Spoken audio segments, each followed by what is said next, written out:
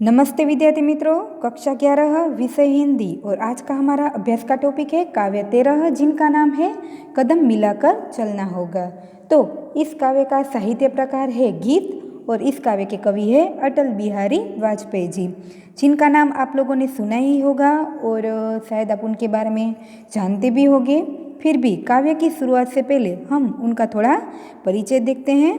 तो भारत रत्न से सम्मानित हमारे पूर्व प्रधानमंत्री अटल बिहारी वाजपेयी जी का जन्म 25 दिसंबर 1924 के, यहाँ पर एक छोटी सी गलती है, आप उनको क्या करेंगे, सुधार लेंगे। 1924 के रोज मध्य प्रदेश के ग्वालियर शहर में हुआ था।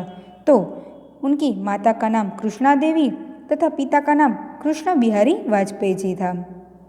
उन्होंने बीए तक की पढ़ाई ग्वालियर से तथा एमए एलएलबी की पढ़ाई कानपुर में की है।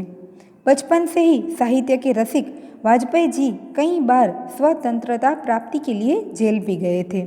तो पत्रकारिता के क्षेत्र में आगे रहकर इन्होंने राष्ट्र धर्म, पांचजन्य, स्वदेश तथा अर्जुन पत्रिकाओं का संपादन कार्य भी उन्होंने किया हुआ था।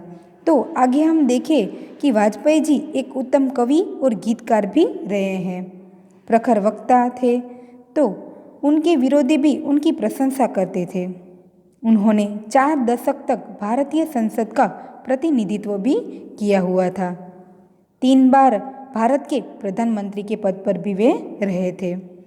उनको पद्म भूषण, हिंदी गौरव, लोकमान्य तिलक, सर्वश्रेष्ठ सांसद जैसे अनेक पुरस्कारों से सम्मानित भी किया गया है। तो उनकी रचनाओं में मृत्यु या हत्या, अमर बलिदान, अमर आग, मेरी 51 कविताएं, सेक्युलरवाद, मेरी संसदीय यात्रा, सुवासित पुष्प, विचार बिंदु, शक्ति से शांति, न दैन्यम न पलायनम, नई चुनौती नया अवसर आदि प्रमुख है। तो यहाँ से हम कह सकते हैं कि वे एक अच्छे गीतकार या तो प्रखर वक्ता के रूप में भी वे काफ़ी प्रसिद्ध हुए हैं। अब बात करते हैं उनके इस काव्य की, तो जिनका नाम है कदम मिलाकर चलना होगा। तो सबसे पहले इस काव्य का शीर्षक उन्होंने यह क्यों दिया है, उनकी हम यदि बात करें कि कदम मिलाकर चलना होगा, इनका क्या अर्थ है, या तो वे उन्होंने इस काव्य का यह शीर्षक क्यों दिया है।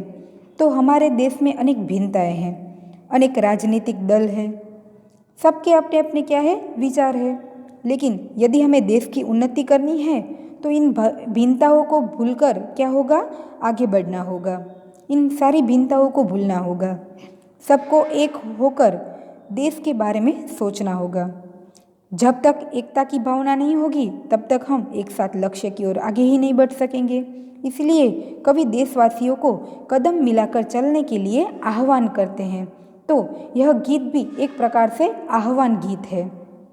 इसीलिए कवि ने कहा है कदम मिलाकर चलना होगा। तो इस काव्य का शीर्षक भी यही अर्थ रखता है। यहाँ हम देखें तो कवि को अपने राष्ट्र से गहरा प्रेम है। उसकी प्रबल इच्छा है कि किसी भी तरह उसके देश की क्या हो, प्रगति हो, उन्नति हो। उसके देशवासी हमेशा आगे बढ़ते रहे, भले इसके लिए कितने भी बलिदान क्यों न देने पड़े, हमें कंटीली राह पर भी क्यों न चलना पड़े। हम अपनी व्यक्तिगत इच्छाओं को महत्व न देकर केवल अपने राष्ट्र के विकास की यदि बात सोचें तो इस प्रकार कदम मिलाकर चलना होगा काव्य में राष्ट्र प्रेम की सुंदर अभिव्यक्ति भी हमें नजर आती है। इसलिए कवि ने शायद इस काव्य का शीर्षक ही यही दिया है कि हमें यदि हमारे प्राण भी क्यों न्यौछावर करने पड़े तो भी राष्ट्र की उन्नति के लिए हमें कदम मिलाकर चलना होगा। यहाँ हम देखें तो अपनी प्रतिभा, नेतृत्व और लोकप्रियता के कारण 4 दशक से भी अधिक समय भारतीय संसद के सांसद रह चुके एवं जिन्होंने अपने जीवन का क्षण क्षण और शरीर का अपना कण कण राष्ट्रीय सेवा में अर्पित कर दिया है, ऐसे अटल जी की यह रचना एक प्रकार से आह्वान गीत की हमें प्रेरणा देती है। तो इस काव्य में हम भारतवासियों को उन्नति की राह पर कदम मिलाकर चलने के लिए कवि ने यहाँ हमें आह्वान भी किया है। माना कि इसमें बहुत कठिनाइयाँ हैं, फिर भी क्या करना है, सभी को साथ चलने की प्रेरणा देते हुए प्रारंभिक पद में ही हम देखें तो कवि क्या कहते हैं, बाधाएं आती है आए, गिरे प्रलय की घोर घटाए, पाँवों के नीचे यदि अंगारे हो, सिर पर बसे यदि ज्वालाएं, निज हाथों में हंसते हंसते आग लगाकर जलना होगा, कदम मिलाकर चलना होगा। यहाँ पर हम देखें तो कवि जो हमें इस काव्य पंक्ति के द्वारा जो भी प्रेरणा देते हैं, उनको समझने से पहले इनके जो कठिन शब्द है सबसे पहले उनको देख ले। तो बाधाएं का अर्थ क्या होगा? रुकावट, किसी भी प्रकार की रुकावट या तो बाधा। गिरे यानी चारों ओर से घेर ले। प्रलय यानी सर्वनाश होना, या तो एक प्रकार से हम देखें तो सब कुछ नष्ट हो जाना, कयामत आ जाना। घोर यानी भयंकर, घटाए यानी बादल। पाँवों के नीचे अंगारे, पाँव यानी पैर, और अंगारे का अर्थ होगा जलता हुआ कोयला। नीचे शब्द है तो उनका विलोम हो सकता है ऊपर। सिर पर बरसे यदि ज्वालाएं, ज्वालाएं का अर्थ होता है आग की लपटें। निज यानी अपना, खुद, तो इनका विलोम बन जाएगा पराया। हाथ यानी हस्त। आग लगाकर जलना होगा, यह एक प्रकार का हमारा मुहावरा है, यानी अपने आप को नष्ट कर देना, स्वयं नष्ट हो जाना। किसके लिए? कदम मिलाकर चलने के लिए। तो यहाँ कठिन शब्दों को देखने के बाद हम बात करें तो यहाँ पर कवि हमें कौन सी बात बताते हैं कि कवि देशवासियों से उन्नति के मार्ग पर बढ़ने का आह्वान करते हैं, और वे कहते हैं कि उन्नति यानी प्रगति के मार्ग पर हमें बढ़ना है तो चाहे कितनी भी बाधाएं क्यों ना आए, चाहे कितनी भी रुकावट उस प्रगति के राह में क्यों ना आ जाए, प्रलय जैसी कठिन समस्याएं भी हमारे सामने क्यों ना आ जाए जिनमें हमारा सब कुछ नष्ट हो जाए, हमारे मार्ग में चाहे अंगारे ही क्यों ना बिछे हो, यानी कठिन से कठिन समस्या ही हमारे सामने क्यों खड़ी ना हो, सिर पर आग की लपटें ही क्यों ना बरस रही हो, हमें इनका सामना करना होगा। और अपने ही हाथों में खुशी खुशी यदि आग लगाने की भी ज़रूरत पड़े तो भी आग लगाकर हमें उन समस्याओं से जूझना होगा, परंतु हमें एक साथ मिलकर क्या करना होगा? आगे बढ़ना होगा, आग लगाकर जलना होगा। यदि हमें हमारे हाथों में यदि हमें आग भी लगानी पड़े हमारे देश के खातिर, देश की उन्नति के खातिर, तो उनके लिए भी हमें क्या होगा? करना होगा, जूझना होगा। यहाँ पाँवों के नीचे अंगारे का अर्थ क्या है? यदि हम देखें तो हमें 2 मार्क्स यानी 2 मार्क्स के प्रश्न में भी पूछा जाए तो कोई बड़ा काम करने के लिए नाकों चने चबाने पड़ते हैं, यानी कठिन से कठिन समस्याओं को झेलना पड़ता है। उन प्रगति के राह में अनेक प्रकार की अड़चनें और बाधाएं आती है। इनका सामना करने के लिए मनुष्य को तरह तरह के कष्ट भी उठाने पड़ते हैं। पाँवों के तले अंगारे का अर्थ होता है कि कार्य सिद्ध करने के लिए किए जाने वाले अथक प्रयासों और कष्टों से होता है, यानी मनुष्य के जीवन में यदि किसी भी प्रकार की समस्या उनके सामने घिरी हो, फिर भी ऐसी अनेक बाधाओं का सामना करने के लिए उन्हें अपने आप को जूझने के लिए तैयार रहना होगा, और जो भी हमारे देशवासी हैं उनके साथ कदम मिलाकर आगे बढ़ने के लिए तैयार रहना होगा।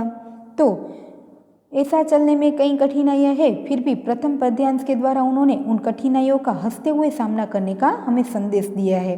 तो कुछ कठिन शब्द आगे हम देखते हुए बढ़े, या तो आगे का जो पद्यांश है उनको हम देखें तो हास्य रुदन में, तूफानों में, अगर असंख्य बलिदानों में, उद्यानों में, वीरानों में, अपमानों में, सम्मानों में, उन्नत मस्तक उभरा सीना, पीड़ाओं में पलना होगा, कदम मिलाकर चलना होगा।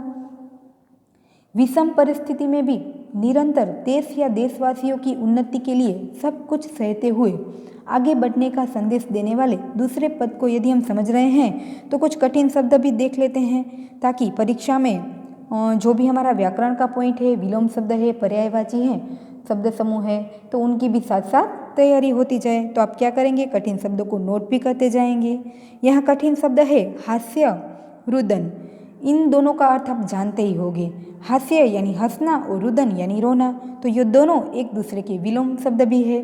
तूफान यानी जान न्योछावर करने वाली जो भी कठिन स्थिति है, यानी बहुत तेज आंधी, तूफान, समस्याएं। असंख्यक यानी अनगिनत। तो बलिदान यानी उनका अर्थ क्या होगा? शहादत। उद्यान यानी बाग, वीरान यानी सुनी जगह, बिल्कुल सुना सुना। आगे है अपमान और सम्मान, यह दोनों भी हम देखें तो एक दूसरे के विलोम है। फिर है उन्नत यानी ऊंचा, मस्तक यानी सिर, उभरा सीना, उनका अर्थ क्या होगा, जिनका अर्थ है कि गर्व महसूस करना। पीड़ाओं में पलना होगा, यह एक प्रकार का मुहावरा है जिनका अर्थ होता है दुख या कष्ट सहन करना, या तो किसी भी समस्याओं का सामना करने के लिए किसी भी समस्या है उनको सहन करना। कदम मिलाकर चलना होगा। तो इस दूसरे पद में हम देखें तो कवि हमें कहते हैं कि हमें अपने आप को हर स्थिति में ढालना होगा, चाहे हमारे सामने हंसी खुशी के दिन हो, चाहे खुशी के या तो चाहे गम के दिन हो, हमें कोई भी परिस्थिति में अपने आप को क्या करना होगा, ढालना होगा। कवि कहते हैं कि चाहे हंसी का माहौल लिया हो या तो कष्ट झेलने यानी गम का हो, चाहे तूफान आए या जान निछावर कर देने की स्थिति उत्पन्न हो जाए, चाहे हमें हरी भरी धरती का सुख भोगने को मिले अथवा तो उजड़ स्थिति में कष्ट सहना पड़े, या तो वीरान या तो रेगिस्तान जैसी स्थितियों में सामना करना पड़े। उनका अर्थ होता है कि कठिन से कठिन समस्याओं का भी सामना करना पड़े।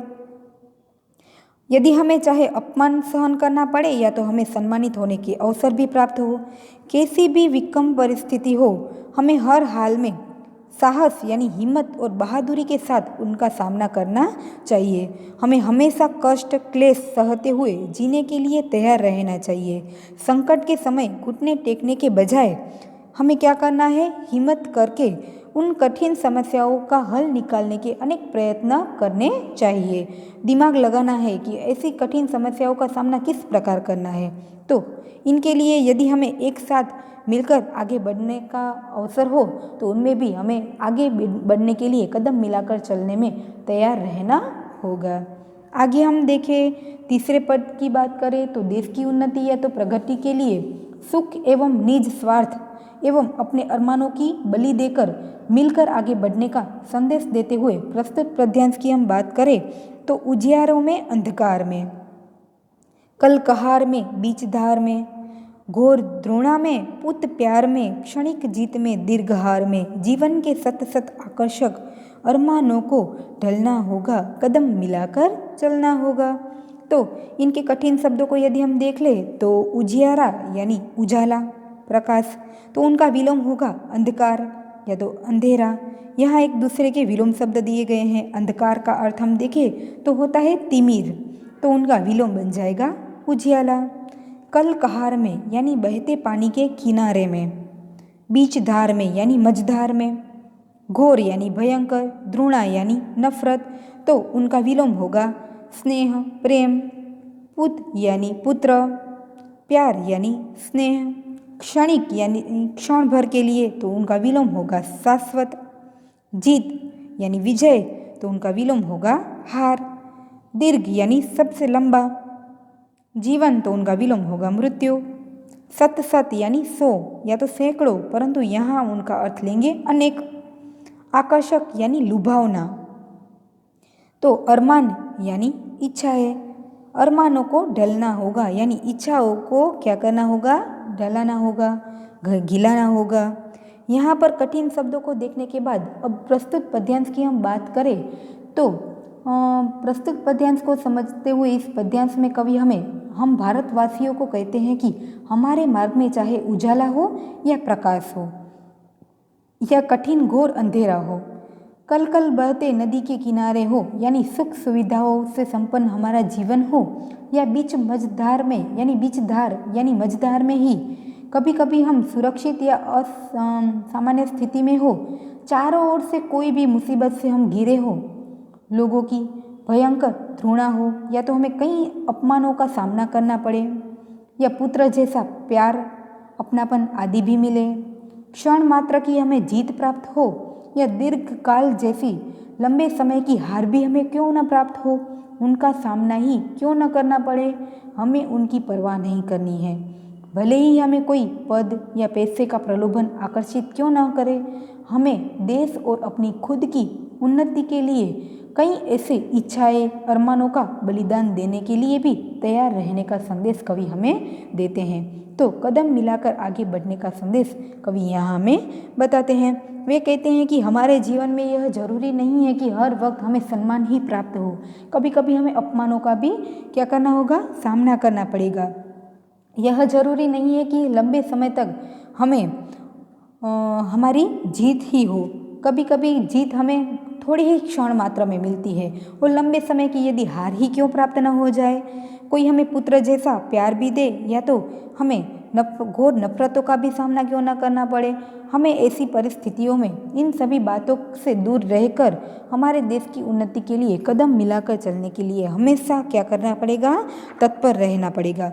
यहाँ हम देखें तो 2 मार्क्स का प्रश्न भी बनता है कि कवि अरमानों के बारे में क्या कहते हैं। तो मनुष्य के कई तरह के अरमान होते हैं, यानी उनकी कई तरह की इच्छाएं होती है। वह जीवन में बहुत कुछ करना और पाना चाहता है, पर हम सबको साथ लेकर उन्नति के मार्ग पर यदि हमें आगे बढ़ना है तो हमारे सामने सामूहिक हित की बात होगी। इस महान कार्य की पूर्ति के लिए हमें व्यक्तिगत अरमानों को यानी व्यक्तिगत इच्छाओं को सार्वजनिक इच्छा में विलीन कर देना पड़ेगा, यानी निजी अरमानों को हमें क्या करना पड़ेगा, त्याग देना पड़ेगा, न्योछावर कर देना पड़ेगा। तो ही हम हमारे देश की प्रगति में हम अपना सहयोग दे सकेंगे। यदि हम अपनी इच्छाओं में ही खोए रहेंगे तो हमारे देश की या तो अपनी खुद की उन्नति कभी नहीं कर पाएंगे। इसलिए कभी ऐसी परिस्थितियां सामने आए तो हमें हमारी इच्छाओं को भी त्यागने के लिए तैयार रहना चाहिए। आगे हम देखें तो कवि बताते हैं कि सम्मुख पहला अगर ध्येय पथ, प्रगति चिरंतन कैसा इति अथ, सुस्मित हर्षित कैसा श्रम स्लथ, असफल सफल समान मनोरथ, सब कुछ देकर कुछ न मांगते हुए पावस बनकर ढलना होगा, कदम मिलाकर चलना होगा। यानी अविरत श्रम करने पर भी या तो वह परहित करने के लिए अपना सब कुछ न्योछावर करने या तो परोपकारी बनने का संदेश देने वाले प्रस्तुत पद्यांश के कठिन शब्दों को देख ले तो सम्मुख का अर्थ होगा सामने। क्या होगा उनका अर्थ? सामने। और इनका विलोम बन जाएगा विमुख। ध्येय यानी लक्ष्य, पथ यानी रास्ता, प्रगति यानी आगे की तरफ बढ़ना और चिरंतन यानी शाश्वत। आगे हम देखें तो इति का अर्थ होता है अंत और अथ का अर्थ होता है आरंभ, जो दोनों एक दूसरे के विलोम है। सुस्मित यानी हंसते हुए, हर्षित यानी हंसते हुए, श्रम स्लथ जिनका अर्थ होता है मेहनत से थका हुआ, असफल सफल जो दोनों एक दूसरे के विलोम भी है, मनोरथ यानी मन की इच्छाएं, पावस यानी वर्षा ऋतु। यहाँ हम पावस का अर्थ एक प्रकार से बादल भी हम देखें तो वर्षा ऋतु में हम देखें तो परोपकारी भाव का संदेश यहाँ छिपा हुआ है। पावस बनकर ढलना होगा यानी सब कुछ न्योछावर करने के लिए भी तैयार रहना होगा, कदम मिलाकर चलना होगा। तो यहाँ हम देखें तो परोपकारी भाव का एक संदेश देते हुए कवि हमें बताते हैं कि यदि हमारा ध्येय, हमारा जो लक्ष्य है, हमारा जो उद्देश्य है यदि हमारे सामने है तो हमें निरंतर यानी हमेशा प्रगति करते रहना चाहिए। जीवन में कुछ पाने के लिए या सफल होने के लिए एक निश्चित ध्येय का होना भी बहुत ही जरूरी होता है। बिना ध्येय का जीवन बिना पतवार के नाव जैसा है कहलाएगा, इसलिए ध्येय होना भी जरूरी है। ध्येय प्राप्ति में आरंभ और समाप्ति जैसे विचार हमें नहीं करना चाहिए। सदा प्रसन्न रहते हुए हमारे चेहरे पर श्रम का कोई भी थकान नहीं होना चाहिए। हमारे लिए हमारी सफलता असफलता दोनों एक जैसी होनी चाहिए। हमें अपना सब कुछ न्योछावर पर कर देना हो तो वे भी तैयार रहना चाहिए। किसी बदले की इच्छा नहीं रखनी चाहिए, परंतु हमें पावस ऋतु यानी वर्षा ऋतु की तरह सब कुछ समर्पित करते हुए कदम मिलाकर चलने के लिए तैयार होना होगा। और परहित यानी दूसरों की भलाई के लिए पावस की तरह यानी बादल की तरह परोपकारी बनने का संदेश इस पद्यांश से प्राप्त होता है। तो हम देखें कि वृक्ष है, नदी है, सरोवर है, प्रकृति के तत्व भी हमें परोपकारी बनने की प्रेरणा देते हैं। चाहे हमें हमारे जीवन में आगे बढ़ना है तो हमारे पास जो कुछ भी है उनमें किसी भी प्रकार की बदले की भावना रखे बिना सबके साथ परोपकारी भावना रखकर हमें आगे बढ़ने का यह संदेश मिलता है। तो यहाँ पर हम देखें कि परोपकारी जो भाव है पावस बनकर ढलना होगा। यदि उनको हम समझे तो पावस यानी जो बादल है प्रकृति का परोपकारीशीलता का रूप है। बादल सबका भला करने की भावना से बरसते हैं। पावस का उदाहरण देने में कवि का आशय देश के युवकों को बादल की तरह बनने का संदेश दिया है। कवि चाहते हैं कि हमारे युवक अपने स्वार्थ भूलकर देश की पीड़ितों की पीड़ा दूर करने में ही लग जाए।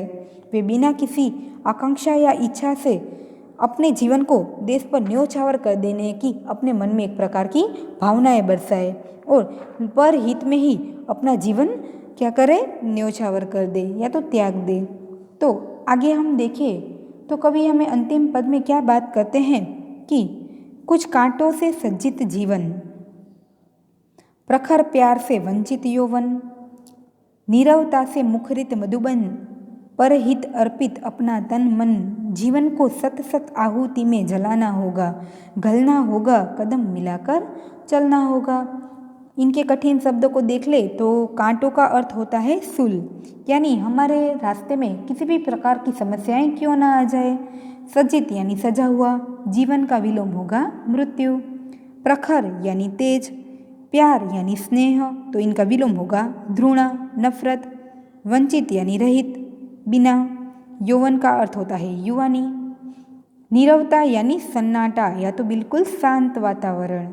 मुखरित यानी वाचाल जो बोलता हुआ हो तो उनका विलोम बन जाएगा मौन। मधुबन यानी सुंदर वन। अर्पित करना, परहित यानी लोगों की भलाई के लिए, अर्पित यानी समर्पण करना। तन मन तो तन यानी शरीर और मन यानी चित्त।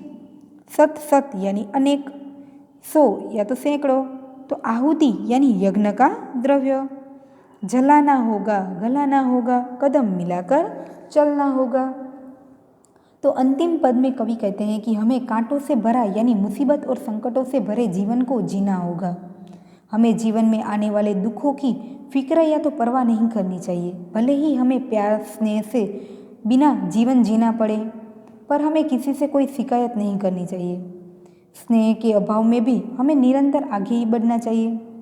दूसरों के कल्याण या भले के लिए परोपकारी भाव रखना होगा। हमें अपना तन मन सब न्योछावर कर देना होगा। हमें दूसरों के भले के लिए एक बार नहीं परंतु अनेक यानी सत सैकड़ों बार खुद को जलाना या तो गलाना होगा। अपना सब कुछ बलिदान करना होगा। उसके लिए कभी भी अपने आप को पीछे नहीं हटाना है, परंतु परहित या देश के हित के लिए अपने संपूर्ण जीवन की कुर्बानी देने का संदेश यहाँ अटल बिहारी जी हमें कहते हैं कि देश की यदि उन्नति चाहते हैं तो हमें किसी भी प्रकार के दुख सहकर स्वयं को नष्ट करके पर हित की भावना को अपने मन में बसाते हुए आगे बढ़ना होगा। तो प्रगति के बारे में कवि कहते हैं कि इसके लिए हमें निरंतर प्रयास करते रहना होगा। हमें कभी इस बात पर ध्यान नहीं देना है कि उसकी शुरुआत कब करनी है, उनका अंत क्या होगा। इसके लिए किसी भी प्रकार की चिंता में आने के बजाय हमें परहित की भावना से या तो देश के लिए उन्नति की राह पर चलना है, तो किसी भी प्रकार के अरमानों की इच्छा रखे बगैर अपने जीवन को भी यदि हमें न्योछावर करना पड़े तो उनमें हमें क्या करना होगा, हमेशा अपने आप को तत्पर रहना है या तो हमें अपने आप को तैयार रखना है। यदि जीवन को वहाँ गलाना जलाना हो तो फिर भी हमें क्या करना होगा, उनके लिए तैयार रहना होगा। तो संपूर्ण काव्य का सार आपने यहाँ पर देखा है कि प्रस्तुत काव्य के माध्यम से अटल बिहारी वाजपेयी जी हमें चाहे किसी भी कठिन समस्याओं का यह हमें सामना क्यों न करना पड़े, फिर भी देश की उन्नति यदि हम चाहते हैं तो उनके लिए हमें क्या करना होगा, कदम मिलाकर चलना होगा। विद्यार्थी मित्रों, पूरी काव्य आपने यहाँ उनकी समझ प्राप्त की है, तो इनके स्वाध्याय के प्रश्न हम हमारी नोटबुक में लिखेंगे। आशा है आपको यह पूरी काव्य समझ में आ गई होगी। नमस्ते।